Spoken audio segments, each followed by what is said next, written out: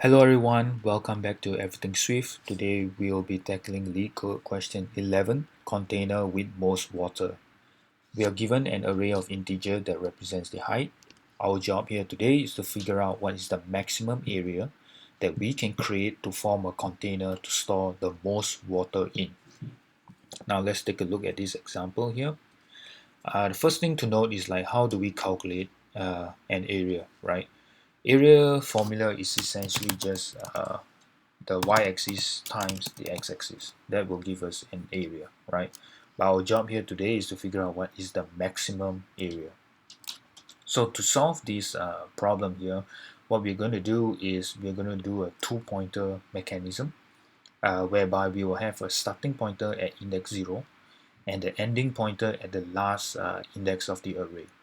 And what we're going to do is we're going to look through the entire array, and inside the iteration, in each iteration, we are going to update and try to find our maximum area.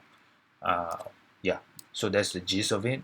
We'll jump into the code and hopefully that clarifies my explanation. So I'm just going to do a fast optimizer here. If the height is empty, I'm just going to return 0 because there's nothing to compute.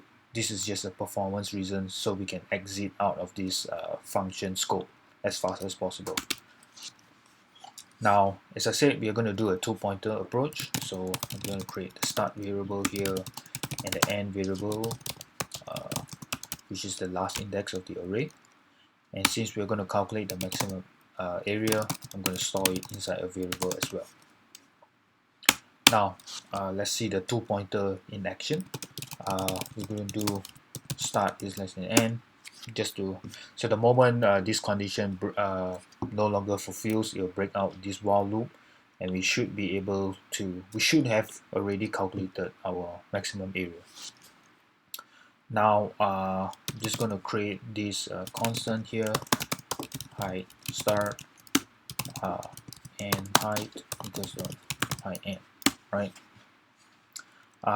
What I'm going to do now is upon each iteration, I'm going to pick the lowest height here. So I'm going to get the mean height, which is mean of start height and end height.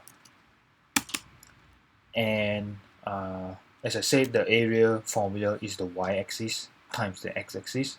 Now we already figured out our y-axis. Now let's figure out our x-axis. So I'm just going to call distance x, which is n minus start,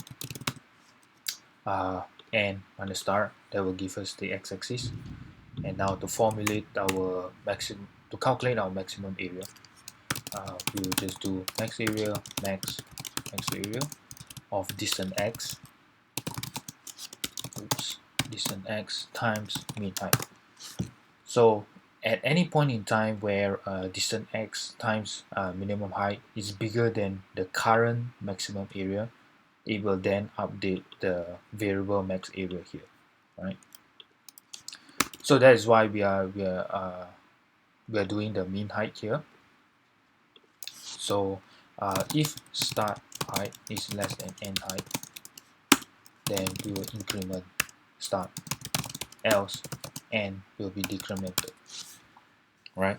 So just to explain this just a little bit more, it's essentially since we are doing minimum height here upon each iteration, right? So if start height is lesser than the end height, we would want to try to find a bigger value, right?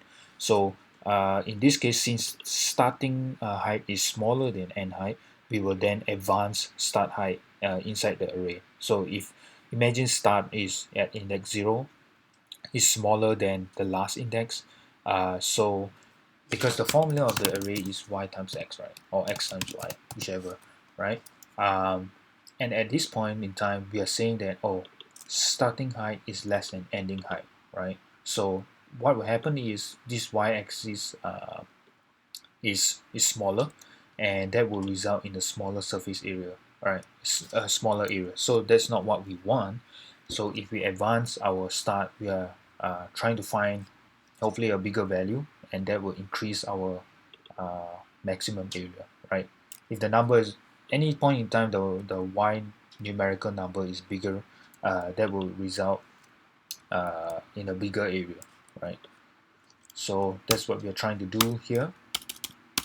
Same applies to the end height as well. If end height is smaller than start height, we want to try to find a bigger numerical height. So because n is starting from the last index, we are going to decrement it and hopefully try to find a bigger value in hope to increase the chances of finding the maximum area here, right? So I'm going to return this since we already calculated here. Let's try and run this code and see. There we go. It's accepted here. Let's try and submit this. And there we have it. That's the solution here. You passed all the tests. As always, if you guys find these kind of videos helpful, please feel free to subscribe. I appreciate your help a lot. I'm trying to grow this channel here. So thank you very much for spending the time and watching this video. Have a good day, guys.